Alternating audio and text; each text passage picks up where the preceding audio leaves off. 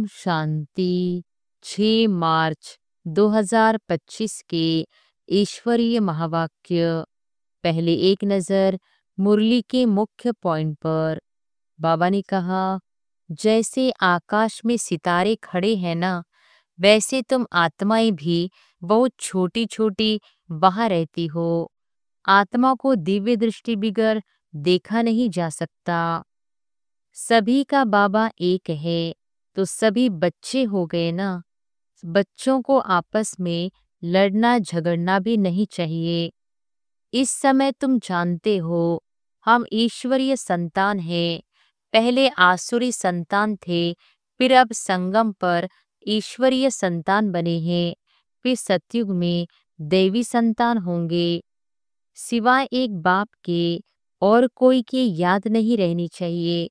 सबसे जास्ती एक बाप से लव हो जाए, मेरा तो एक शिव बाबा, दूसरा न कोई। और फिर बाबा ने कहा, अभी रावण राज्य है, राम राज्य स्थापन होता है। गांधी भी राम राज्य चाहते थे, तो इसका मतलब रावण राज्य है ना। जैसे सूखी जमीन पर बरसात पड़ने से घास निकल आता है ना, तुम्हारे पर भी ज्ञान की वर्षा न होने से कितने कंगाल बन गए थे। अभी फिर ज्ञान वर्षा होती है, जिससे तुम विश्व के मालिक बन जाएंगे। अपने ऊपर रहम करना है। कैसे? वह भी समझाते रहते हैं। बाप को याद कर पतित से पावन बनना है, फिर कभी पतित बनने का पुरुषार्थ नहीं करना। सूक्ष्म वतन का भी राज बच्चों को समझाया है। यहाँ है टॉकी, सूक्ष्म वतन में है मूवी, मूल वतन में है साइलेंस, सूक्ष्म वतन है फरिश्तों का।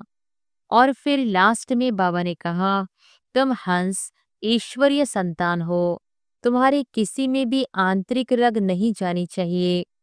अगर रग जाती है तो कहेंगे मोह की बंदरी। बच्चों को अपनी अवस्था एकरस बनाने के लिए सब कुछ देखते हुए जैसे कि देखते ही नहीं है, यह अभ्यास करना है। तुम्हारे लिए सब दिन लक्की है। तुम बच्चे सदैव लक्की हो। गुरुवार के दिन बच्चों को स्कूल में बिठाते हैं, यह रस्म चली आती है। बाप तुम बच्चों को सच्ची गीता सुनाते हैं, यह तो कंठ कर लेनी चाहिए। कितना सहज है। तुम्हारा सारा कनेक्शन है ही गीता के साथ। गीता में ज्ञान भी है तो योग भी है। और अब सुनते हैं महावाक्यों को विस्तार से। मुरली का सार। मीठे बच्चे, जैसे तुम आत्माओं को यह शरीर रूपी सिंहासन मिला है, ऐसे बाप भी इस दादा के सिंहासन पर विराजमान है। उन्हें अपना सिंहासन नहीं। प्रश्न है, जिन बच्चों को ईश्वरीय संतान की स्मृति रहती है, उनकी निशानी क्या होगी? उत्तर है, उनका सच्चा लव एक बाप से होगा। ईश्वरीय संतान कभी भी लड़ेंगे झगड़ेंगे नहीं। उनकी कुदृष्टि कभी नहीं हो सकती।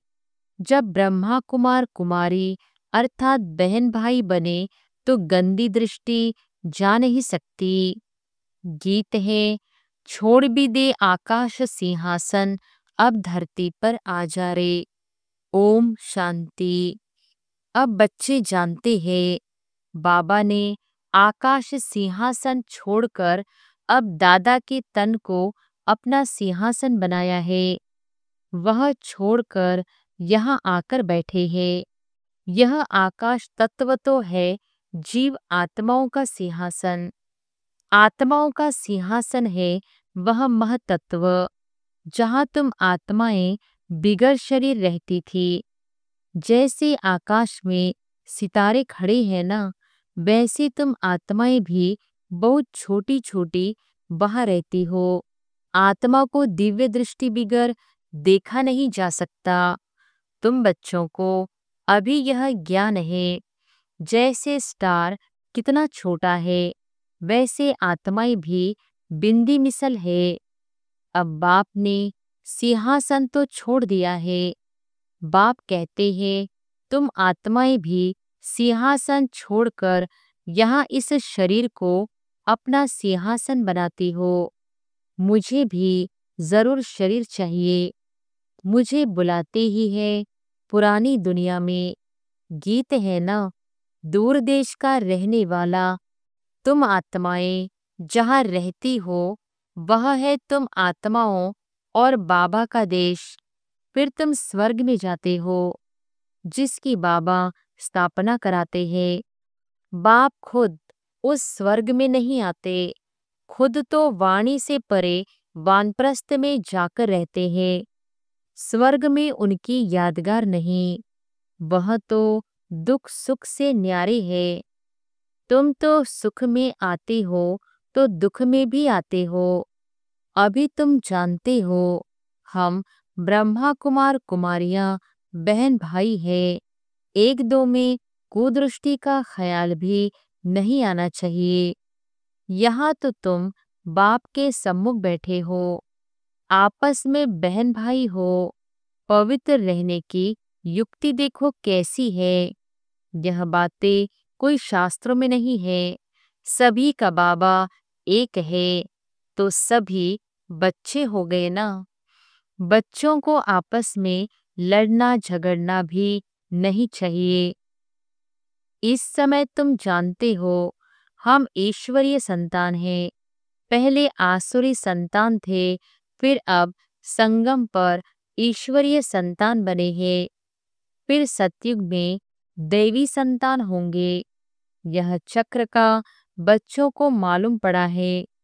तुम ब्रह्मा कुमार कुमारियां हो, फिर कभी कुदृष्टि जाएगी नहीं। सतयुग में कुदृष्टि होती नहीं, कुदृष्टि रावण राज्य में होती है। तुम बच्चों को सिवाय एक बाप के और कोई की याद नहीं रहनी चाहिए। सबसे जास्ती एक बाप से लव हो जाए। मेरा तो एक शिव बाबा, दूसरा न कोई। बाप कहते हैं, बच्चे अभी तुमको शिवालय में चलना है। शिव बाबा स्वर्ग की स्थापना कर रहे हैं। आधा कल्प रावण राज्य चला है जिससे दुर्गति को पाया है। रावण क्या है, उसको जलाते क्यों है, यह भी कोई नहीं जानते। शिव बाबा को भी नहीं जानते। जैसे देवियों को सजा करके पूजा करके डुबोते हैं, शिव बाबा का भी मिट्टी का लिंग बनाए पूजा आदि कर फिर मिट्टी मिट्टी में मिला देते हैं। वैसे रावण को भी बनाकर फिर जला देते हैं। समझते कुछ भी नहीं, कहते भी हैं अभी रावण राज्य है, राम राज्य स्थापन होना है। गांधी भी राम राज्य चाहते थे, तो इसका मतलब रावण राज्य है ना। जो बच्चे इस रावण राज्य में कामचिता पर बैठ जल गए थे, बाप आकर फिर से उन पर ज्ञान वर्षा करते हैं, सबका कल्याण करते हैं। जैसे सूखी जमीन पर बरसात पड़ने से घास निकल आता है ना, तुम्हारे पर भी ज्ञान की वर्षा न होने से कितने कंगाल बन गए थे। अभी फिर ज्ञान वर्षा होती है जिससे तुम विश्व के मालिक बन जाएंगे। भला तुम बच्चे गृहस्थ व्यवहार में रहते हो, परंतु अंदर में बहुत खुशी रहनी चाहिए।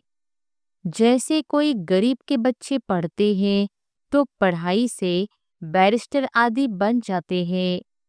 वो भी बड़ों बड़ों के साथ बैठते हैं, खाते पीते हैं। भीलनी की बात भी शास्त्रों में है ना। तुम बच्चे जानते हो जिन्होंने सबसे जास्ती भक्ति की है वही सबसे जास्ती ज्ञान आकर लेंगे। सबसे जास्ती शुरू से लेकर तो हमने भक्ति की है, फिर हमको ही बाबा स्वर्ग में पहले पहले भेज देते हैं। यह है ज्ञान युक्त यथार्थ बात। बरोबर हम ही सो पूज्य थे, फिर सो पुजारी बनते हैं, नीचे उतरते जाते हैं। बच्चों को सारा ज्ञान समझाया जाता है। इस समय यह सारी दुनिया नास्तिक है, बाप को नहीं जानते, नेति नेति कह देते हैं। आगे चलकर यह सन्यासी आदि सब आकर आस्तिक जरूर बनेंगे। कोई एक सन्यासी आ जाए तो भी उन पर सभी विश्वास थोड़े ही करेंगे। कहेंगे इन पर बीके ने जादू लगाया है। उनके चेले को गद्दी पर बिठाए उनको उड़ा देंगे। ऐसे बहुत सन्यासी तुम्हारे पास आए हैं, फिर गुम हो जाते हैं। यह है बड़ा वंडरफुल ड्रामा। अभी तुम बच्चे आदि से लेकर अंत तक सब जानते हो। तुम्हारे में भी नंबरवार पुरुषार्थ अनुसार धारण कर सकते हैं। बाप के पास सारा ज्ञान है, तुम्हारे पास भी होना चाहिए। दिन प्रतिदिन कितने सेंटर्स खुलते रहते हैं। बच्चों को बहुत रहमदिल बनना है। बाप कहते हैं अपने ऊपर भी रहमदिल बनो, बेरहमी नहीं बनो। अपने ऊपर रहम करना है। कैसे, वह भी समझाते रहते हैं। बाप को याद कर पतित से पावन बनना है। फिर कभी पतित बनने का पुरुषार्थ नहीं करना। दृष्टि बड़ी अच्छी चाहिए। हम ब्राह्मण ईश्वरीय संतान हैं। ईश्वर ने हमको एडॉप्ट किया है ना। अब मनुष्य से देवता बनना है। पहले सूक्ष्म वतनवासी फरिश्ता बनेंगे। अभी तुम फरिश्ते बन रहे हो। सूक्ष्म वतन का भी राज बच्चों को समझाया है। यहाँ है टॉकी, सूक्ष्म वतन में है मूवी, मूल वतन में है साइलेंस। सूक्ष्म वतन है फरिश्तों का। जैसे घोस्ट को छाया का शरीर होता है ना, आत्मा को शरीर नहीं मिलता है तो भटकती रहती है। उनको घोस्ट कहा जाता है। उनको इन आँखों से भी देख सकते हैं। यह फिर है सूक्ष्म वतनवासी फरिश्ते। यह सब बातें बहुत समझने की है। मूल वतन, सूक्ष्म वतन, स्थूल वतन, इनका तुमको ज्ञान है। चलते फिरते बुद्धि में यह सारा ज्ञान रहना चाहिए। हम असल मूल वतन के रहवासी हैं। अभी हम वहां जाएंगे वाया सूक्ष्म वतन। बाबा सूक्ष्म वतन इस समय ही रचते हैं। पहले सूक्ष्म फिर स्थूल चाहिए। अभी यह है संगम युग। इनको ईश्वरीय युग कहेंगे, उनको दैवी युग कहेंगे। तुम बच्चों को कितनी खुशी होनी चाहिए। कुदृष्टि जाती है फिर ऊंच पद पा न सके। अभी तुम ब्राह्मण ब्राह्मणियां हो ना, फिर घर जाने से भूल नहीं जाना चाहिए। तुम संग दोष में आकर भूल जाते हो। तुम हंस ईश्वरीय संतान हो। तुम्हारी किसी में भी आंतरिक रग नहीं जानी चाहिए। अगर रग जाती है तो कहेंगे मोह की बंदरी। तुम्हारा धंधा ही है सबको पावन बनाना। तुम हो विश्व को स्वर्ग बनाने वाले। कहाँ वह रावण की आसुरी संतान, कहाँ तुम ईश्वरीय संतान। तुम बच्चों को अपनी अवस्था एकरस बनाने के लिए सब कुछ देखते हुए जैसे कि देखते ही नहीं है, यह अभ्यास करना है। इसमें बुद्धि को एकरस रखना हिम्मत की बात है। परफेक्ट होने में मेहनत लगती है। संपूर्ण बनने में टाइम चाहिए। जब कर्मातीत अवस्था हो तब वह दृष्टि बैठे, तब तक कुछ न कुछ खींच होती रहेगी। इसमें बिल्कुल उपराम होना पड़ता है। लाइन क्लियर चाहिए। देखते हुए जैसे तुम देखते ही नहीं हो, ऐसा अभ्यास जिसका होगा वही ऊंच पद पाएंगे। अभी वह अवस्था थोड़ी है। सन्यासी तो इन बातों को समझते भी नहीं है। यहाँ तो बड़ी मेहनत लगती है। तुम जानते हो, हम भी इस पुरानी दुनिया का सन्यास कर बैठे हैं। बस हमको तो अब स्वीट साइलेंस होम में जाना है, और कोई की बुद्धि में नहीं है। जितना तुम्हारी बुद्धि में है तुम ही जानते हो। अब वापिस जाना है। शिव भगवानुवाच भी है। वह पतित पावन लिबरेटर गाइड है। कृष्ण कोई गाइड नहीं। इस समय तुम भी सबको रास्ता बताना सीखते हो, इसलिए तुम्हारा नाम पांडव रखा है। तुम पांडवों की सेना है। अभी तुम देही अभिमानी बने हो। जानते हो, अब वापस जाना है। यह पुराना शरीर छोड़ना है। सर्प का मिसाल, भ्रमरी का मिसाल, यह सब है तुम्हारे इस समय के। तुम अभी प्रैक्टिकल में हो। वह तो यह धंधा कर न सके। तुम जानते हो, यह कब्रिस्तान है। अब फिर परिस्तान बनना है। तुम्हारे लिए सब दिन लक्की है। तुम बच्चे सदैव लक्की हो। गुरुवार के दिन बच्चों को स्कूल में बिठाते हैं। यह रस्म चली आती है। तुमको अभी वृक्षपति पढ़ाते हैं। यह वृक्षपति की दशा तुम्हारी जन्म जन्मांतर चलती है। यह है बेहद की दशा। भक्ति मार्ग में हद की दशाएं चलती है। अभी है बेहद की दशा, तो पूरी रीति मेहनत करनी चाहिए। लक्ष्मी नारायण कोई एक तो नहीं है ना। उन्हों की तो डिनाइस्टी होगी ना। जरूर बहुत राज्य करते होंगे। लक्ष्मी नारायण की सूर्यवंशी डिनाइस्टी का राज्य चला है। यह बातें भी तुम्हारी बुद्धि में है। तुम बच्चों को यह भी साक्षात्कार हुआ है कि कैसे राजतिलक देते हैं।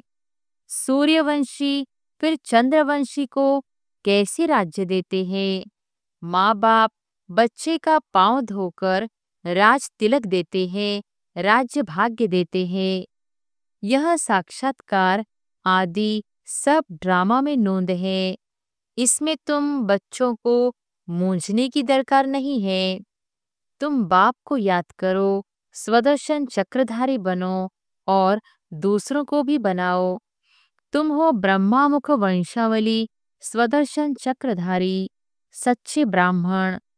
शास्त्रों में स्वदर्शन चक्र से कितनी हिंसाएं दिखाई है। अभी बाप तुम बच्चों को सच्ची गीता सुनाते हैं।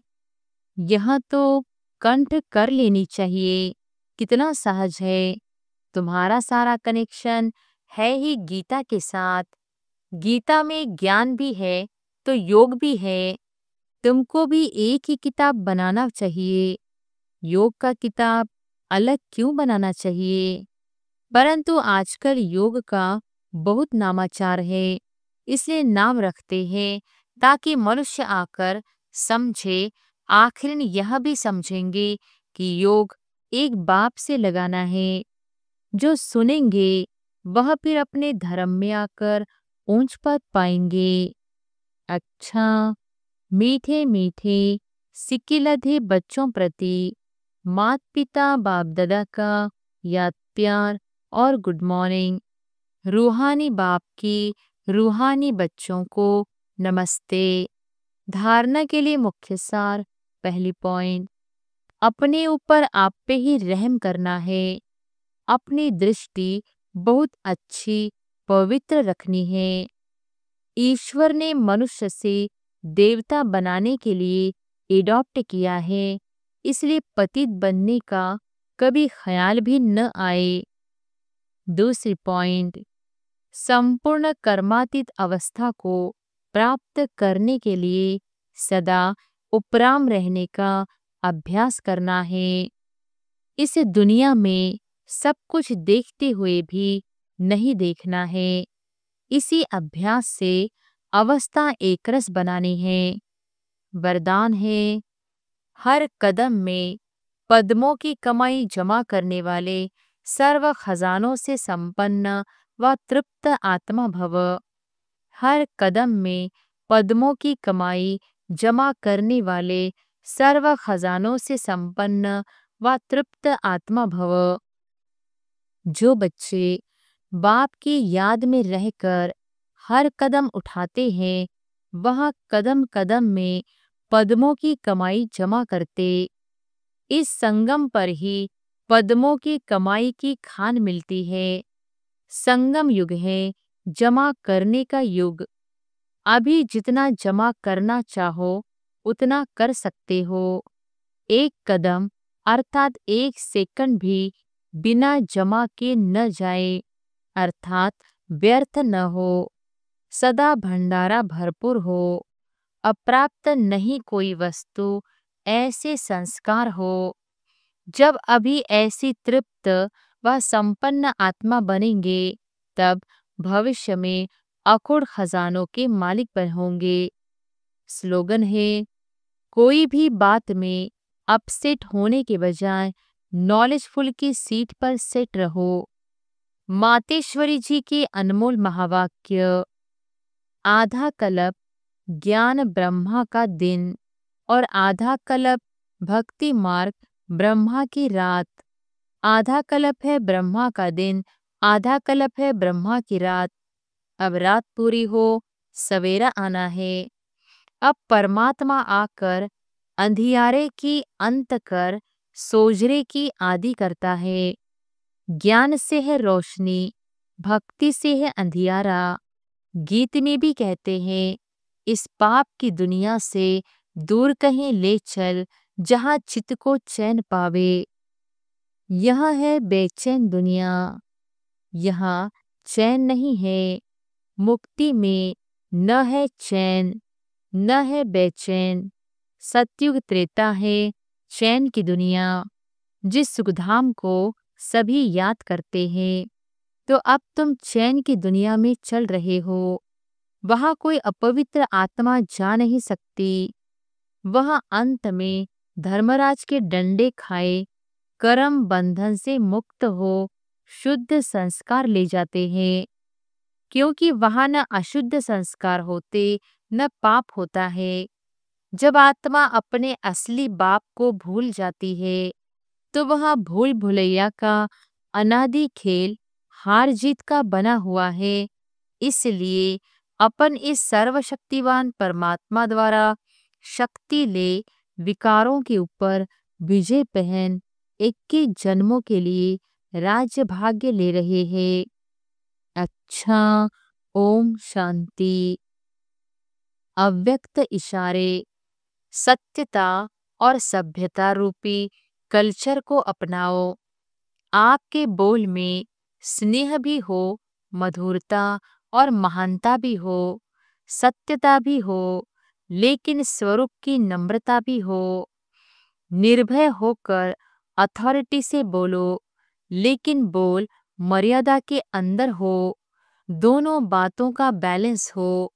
जहाँ बैलेंस होता है, वहाँ कमाल दिखाई देती है। और वह शब्द कड़े नहीं, मीठे लगते हैं। तो अथॉरिटी और नम्रता दोनों के बैलेंस की कमाल दिखाओ। यही है बाप की प्रत्यक्षता का साधन। अच्छा, ओम शांति।